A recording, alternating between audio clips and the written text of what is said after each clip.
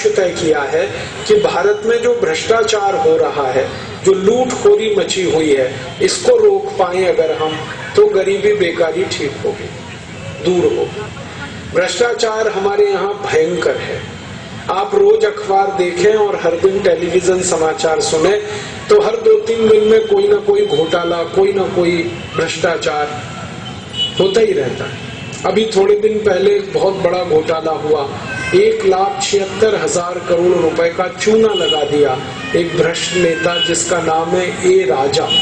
उसने भारत सरकार को, देश को 1,76,000 करोड़ का चूना लगा दिया और 3 साल और 6 महीने से वो ये घोटाला कर रहा था। और राजा कहता है कि मैंने ये सब कुछ प्रधानमंत्री को बता के किया है। वो कहता है कि सब बात प्रधानमंत्री को बताई थी मैंने।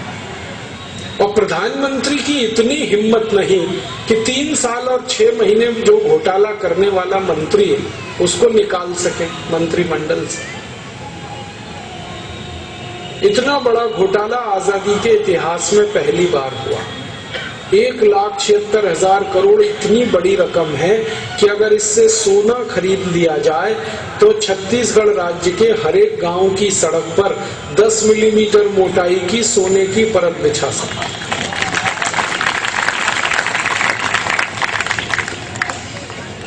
अगर 1,76,000 करोड़ का सोना खरीद लिया जाए तो छत्तीसगढ़ के जितने परिवार हैं, हर एक परिवार को 10 किलोग्राम सोना दान में दिया जा सके। 1,76,000 करोड़ की रकम तो आपको लिखने में भी तकलीफ आएगी क्योंकि कैलकुलेटर फेल हो जाता है। इसमें कैलकुलेटर में 12 अंक आते हैं, इसमें 12 से ज्यादा अंक हैं।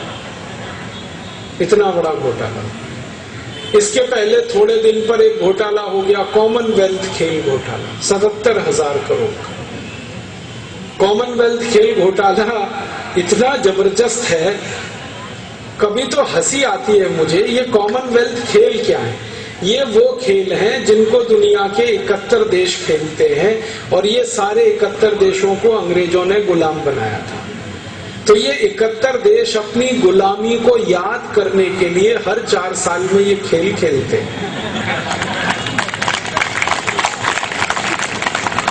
दुनिया में ऐसे मूर्ख लोग देखे हैं जो गुलामी को याद करते हैं अपनी, और वो भी बहुत बड़े समारोह के साथ, भव्य समारोह करके गुलामी को याद करते हैं कि हाँ, अंग्रेजों ने हमें गुलाम बनाया था। उनकी महारानी, वो महारानी को ही बुलाते हैं ये खेलों के उद्घाटन।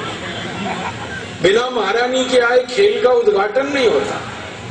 इस बार तो भला हुआ महारानी बीमार पड़ गई तो उसका बेटा आया, लेकिन बुलाया उसी के परिवार को जिन्होंने जिंदगी भर हमारे ऊपर लातें मारी हैं, गालियां दी हैं, हमको तड़पाया, परेशान किया। उन्हीं के घर खानदान वालों को बुला के कहते हैं झंडा फहराओ, खेल शुरू कराओ। ये गुलामी की गजब इंतहा।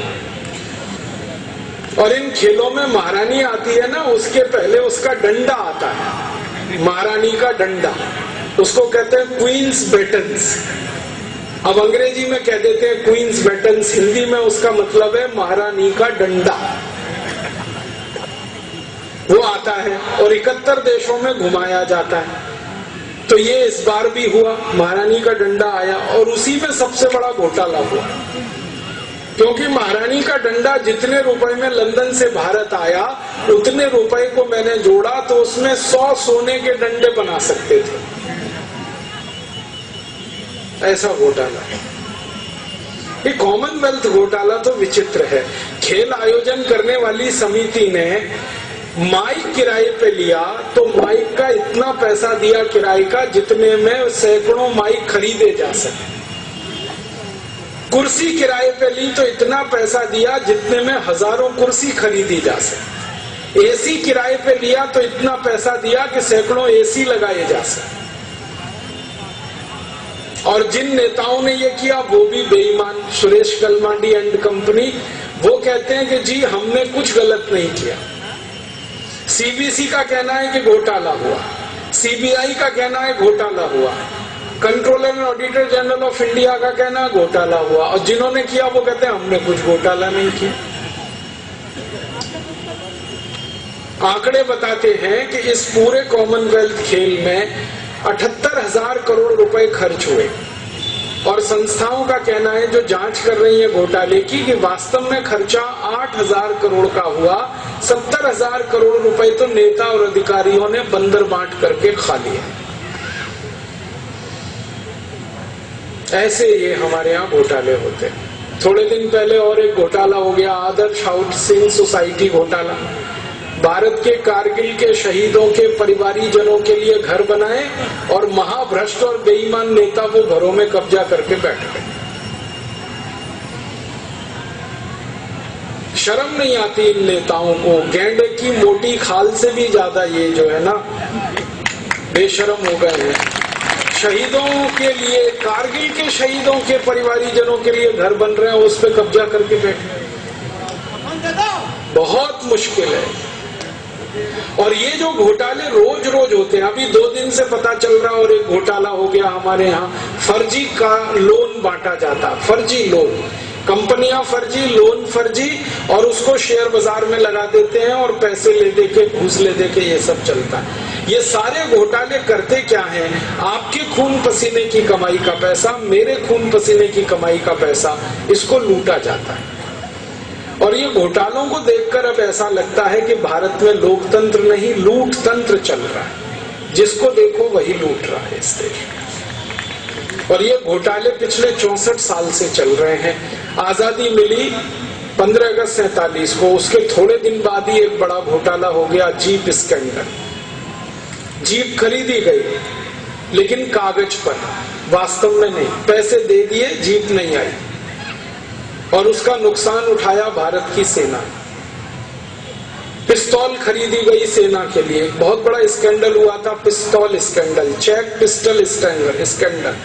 उसमें पिस्तौल खरीदी कागज पे, वास्तव में नहीं आई और उसका नुकसान हुआ। भारत की सेना को चीन से पराजित होना पड़ा 1962, क्योंकि बंदूक नहीं थी, पिस्तौल नहीं, वो कागज पे खरीदी गई।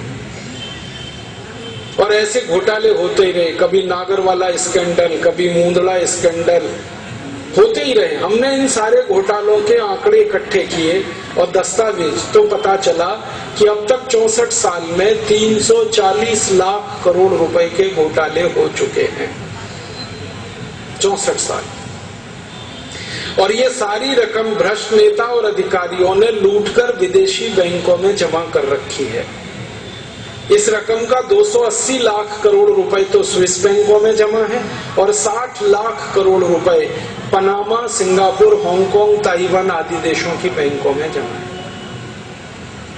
अब हमने एक संकल्प लिया है कि ये जो 340 लाख करोड़ के घोटाले होकर धन भारत से बाहर ले गए हैं सारे भ्रष्ट नेता, इसी पैसे को वापस भारत में लाना है और इसको भारत की राष्ट्रीय संपत्ति बनाना है और इसी पैसे से गरीबी और बेरोजगारी को मिटाना है और भारत की समस्याओं का समाधान करना है।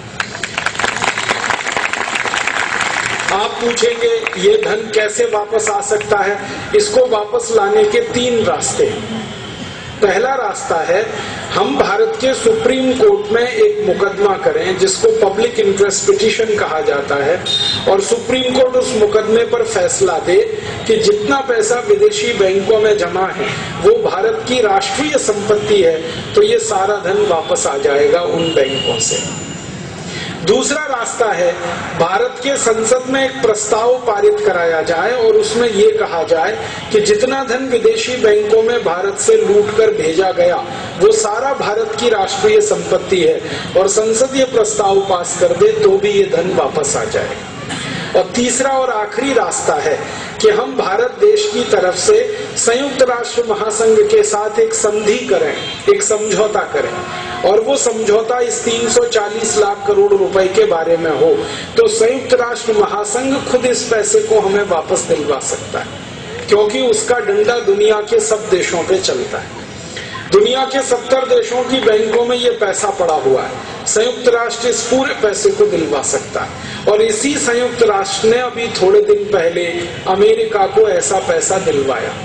अमेरिका में भी घोटाले होते हैं और उनका पैसा भी विदेशी बैंकों में, स्विस बैंकों में जमा था, तो बराक ओबामा ने अपने देश की तरफ से संयुक्त राष्ट्र से संधि की और 780 अरब डॉलर उन्होंने वापस ले लिया स्विस बैंकों से।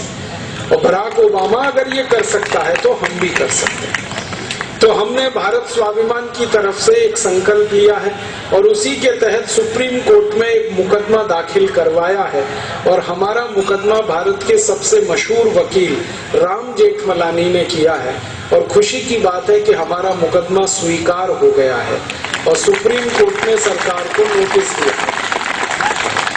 इस मुकदमे पर सुप्रीम कोर्ट ने सरकार को कहा है कि जल्दी से सरकार सुप्रीम कोर्ट को ये बताए कि दुनिया के किस देश की बैंकों में किसका कितना पैसा है। अब सरकार ने सारे अधिकारी भेजे हैं 70 देशों में, 34 देशों में धन का पता चल गया है, 36 देशों में पता चलने की कार्यवाही चल रही है।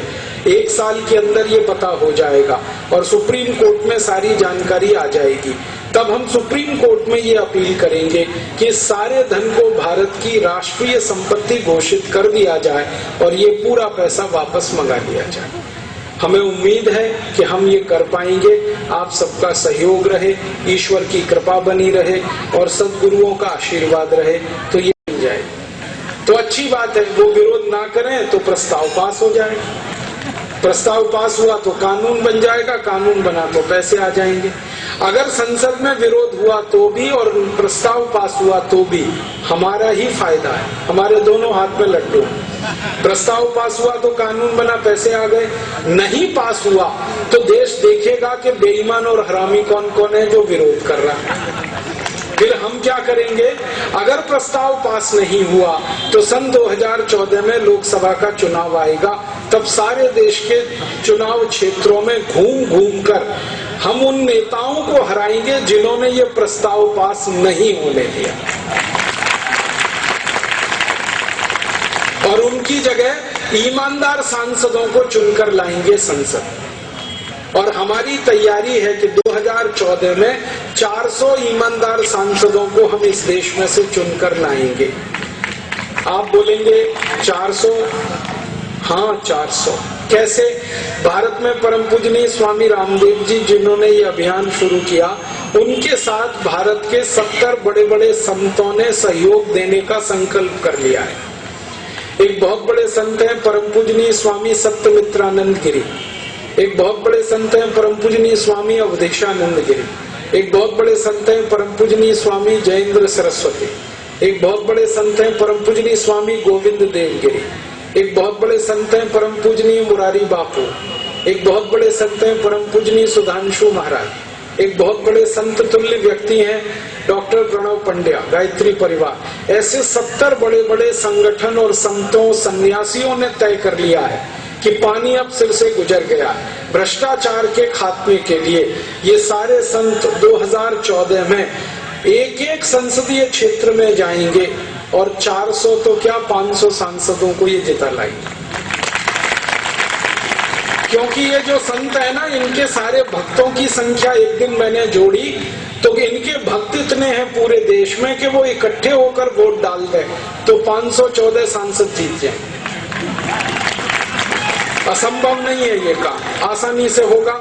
संतों के आशीर्वाद से ये काम होगा। 514 सांसद जीत गए तो पार्लियामेंट में 1 मिनट में बिल पास होगा, 340 लाख करोड़ आ जाएंगे। और ये धन इतना है, 340 लाख करोड़ का सोना खरीद लिया जाए तो भारत के 25 करोड़ परिवारों में हर एक को 100 किलोग्राम सोना दिया जा सकता है। 1-1 क्विंटल सोना हर परिवार को दे सकते, इतना बड़ा धन। और इसी धन से भारत की गरीबी बेकारी मिटा सकते हैं। इसकी योजना हमने बनाई है। हर भारत के गांव में 100-100 उद्योग लगाएंगे। जैसे जिन गांव में कपास पैदा होती है वहां खादी उद्योग लगाएंगे, जिन गांव में गाय है वहां मूत्र इकट्ठा करके गौमूत्र की दवाओं का उद्योग लगाएंगे, जिन गांव में गाय बैल भैंस गोबर है उनका उसमें गैस निकलती है मीथेन, उसके प्लांट बनाएंगे। गैस को सिलेंडर में भर के गाड़ी चलेगी, घर का खाना बनेगा, बिजली बनेगी। जिन जिन गांव में आलू पैदा होता है वहां आलू के चिप्स बनवाएंगे, जहां टमाटर है वहां टमाटर सॉस बनेगा, जहां आम पैदा होता है आंवला पैदा होता है। ये सभी गाँव में हर एक चीज को प्रोसेसिंग करने की इंडस्ट्री और एक एक गाँव में 100 उद्योग। और सभी उद्योगों को लगाने में 10 लाख करोड़ का खर्च